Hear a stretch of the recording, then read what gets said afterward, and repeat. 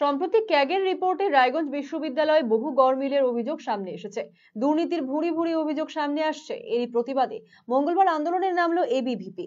এদিন বিশ্ববিদ্যালয়ের মূল দরজার সামনে তারা জমায়েত হয়ে বিক্ষোভ দেখান।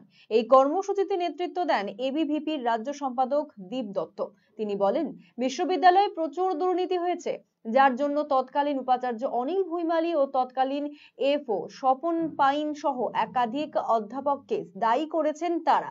অবিলম্বে এর তদন্ত করতে হবে, না হলে বৃহত্তর আন্দোলনে নামার হুঁশিয়ারি দিয়েছেন এবিভিপি নেতৃত্ব।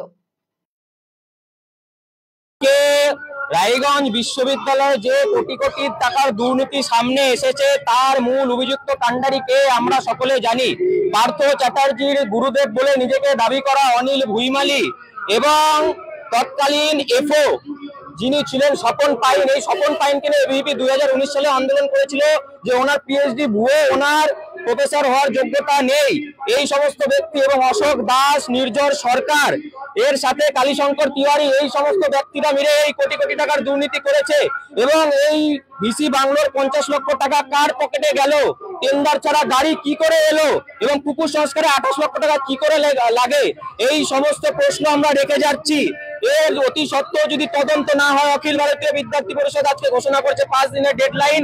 5 দিন পর থেকে আমরা লাগাতার এখানে আমরণ অনশনে বসবো। প্রয়োজনে প্রতিদিন এখানে আমরা ধর্ণা করবো, আমরণ অনশনে বসবো, এবং এর সুরাহা না হওয়া অবধি আমরা আন্দোলন জারি রেখে যাব। এবং এর জবাব বিশ্ববিদ্যালয় কর্তৃপক্ষকে দিতে হবে। যেখানে ছাত্রদের জন্য মেস নেই, সেখানে 3.5 কোটি টাকার ভিসির জন্য বাংলো, ছাত্রছাত্রীরা পড়াশোনা করতে পারছে না, থাকার মেস নেই, কিন্তু 3.5 কোটি টাকার ভিসির বাংলো রয়েছে। এর জবাবদিহি কারা করবে? এবং প্রভাবশালী তথ্যখাতিরা যারা প্রমোশন নিয়েছে, আমরা সেই সমস্ত বিষয়ে জানি।